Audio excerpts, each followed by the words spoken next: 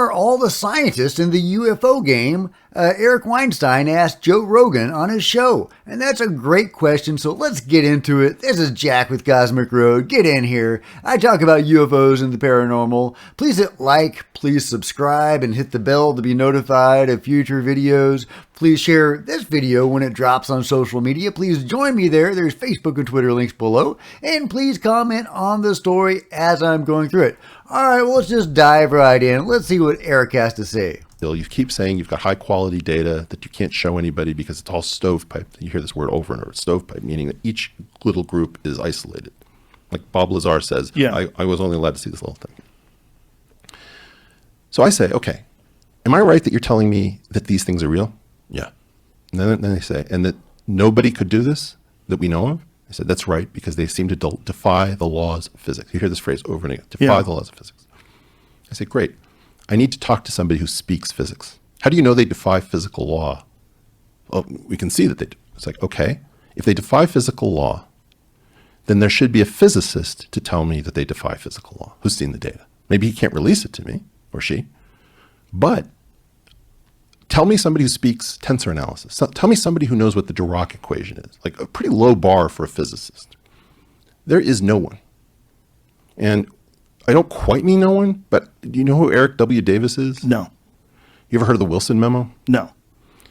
Okay, there's something called the Wilson Memo. I had to pause right here because that's not quite true. I mean, Joe probably doesn't remember it, but he did have somebody on talking about the Wilson Memo. I think it was Jeremy Corbell.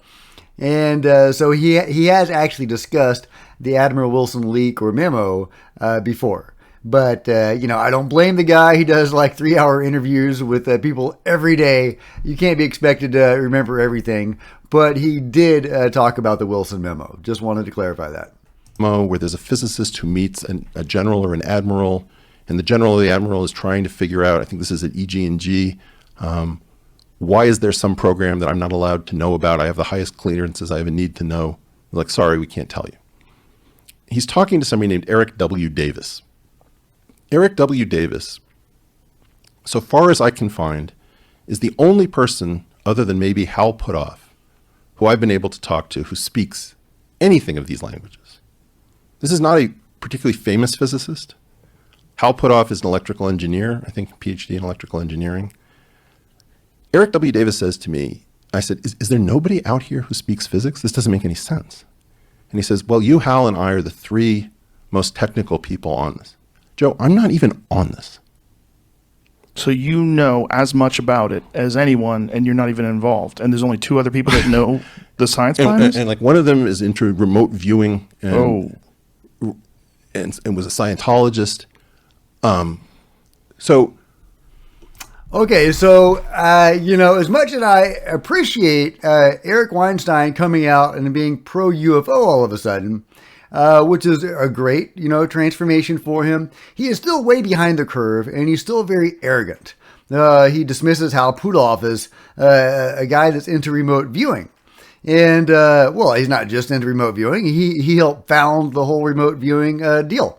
So he developed its protocol. I mean, he was in the ground floor of remote viewing. And he is not somebody that is lightly dismissed. He has been in the government's involvement with the phenomenon, especially the psi part of it, the psi phenomenon, for as long as we know they have been doing it. He is in. He knows stuff. He was a part of Skinwalker Ranch, the Bob Bigelow team, NIDS. He's still in it. He was a founding member of TTSA. And Hal Puthoff is not somebody that should be lightly dismissed. And this, portrays his Eric Weinstein's arrogance, very clearly.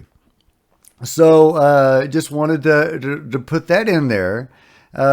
Also, Eric is looking at it from the wrong way, because he's saying that there are no scientists and physicists in the UFO game.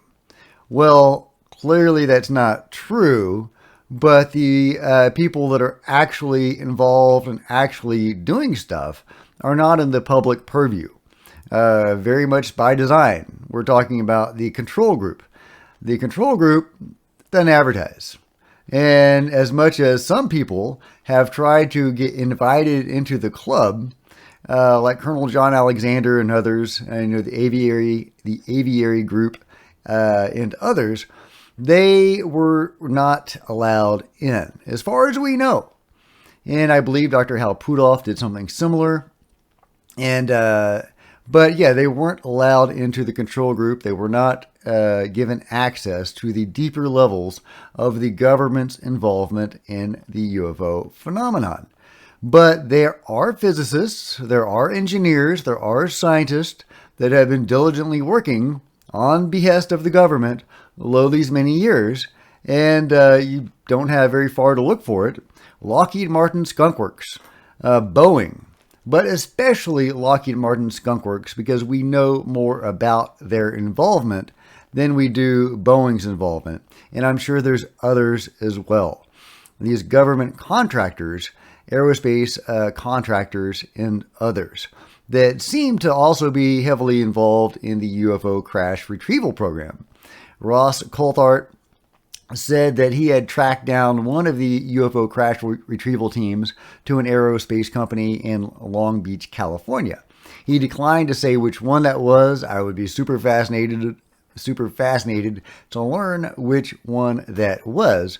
But yeah, Lockheed Martin Skunk Works built the stealth bomber, built the stealth fighter, and countless other secret projects, highly advanced. These people are the real deal scientists and physicists, and they, again, do not advertise. So for Eric Weinstein to jump to the conclusion that there are no scientists capable of speaking his language in the UFO game, shows his lack of understanding of how deep this really goes. And, completely shows his arrogance in dismissing remote viewing. And, he seems to think he's the best and he's the only one that is qualified. Maybe Eric Davis can do it. Hal Puthoff, he's an electrical engineer that's into Scientology. Remote viewing, that's so silly. So, we can go on with this, but I am really not impressed by Eric Weinstein. In his general, his arrogance and his ignorance. I'm just, imagine that you take your wife to the symphony, okay? You're going to see Beethoven's Seventh. And you look at the string section. The brass section's in place and the percussion is there. And you look at the string section and it's a bunch of certified public accountants. You're like, where are the violins? Where are the violas?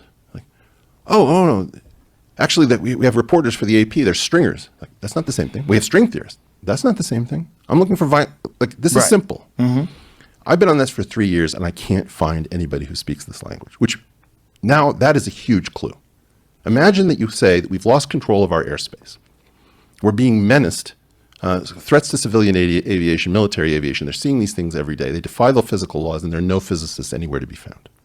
That smells like BS. Or it smells like a pathological level of bureaucratic incompetence. Well, it's probably both. But again, there are high-level physicists involved in this, but they are in the deeper projects. And you're not going to get access to the deeper projects until something massive changes. The control group is not going to open its doors to Eric Weinstein or anybody else unless they have need of them. And they probably don't. So, they are, as Richard Dolan says, the breakaway civilization. They've got everything they need. They are their self-contained little isolated bubble, or big isolated bubble, as I believe. If you've studied the DUMBs, the deep underground military bases at all, you will see how giant of a scale we're talking about here. Now, the DUMBs are massive. They are said to be interconnected.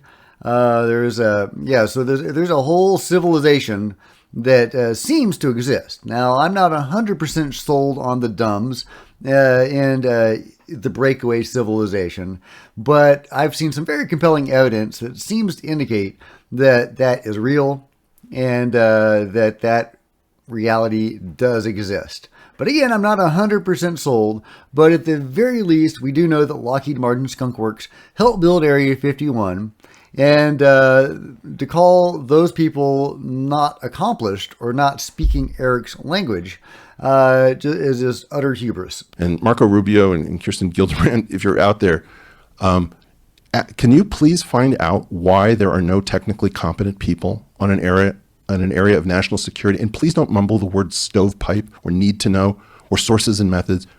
I mean, we had a Manhattan Project. We staffed it with physicists. You have a physics problem.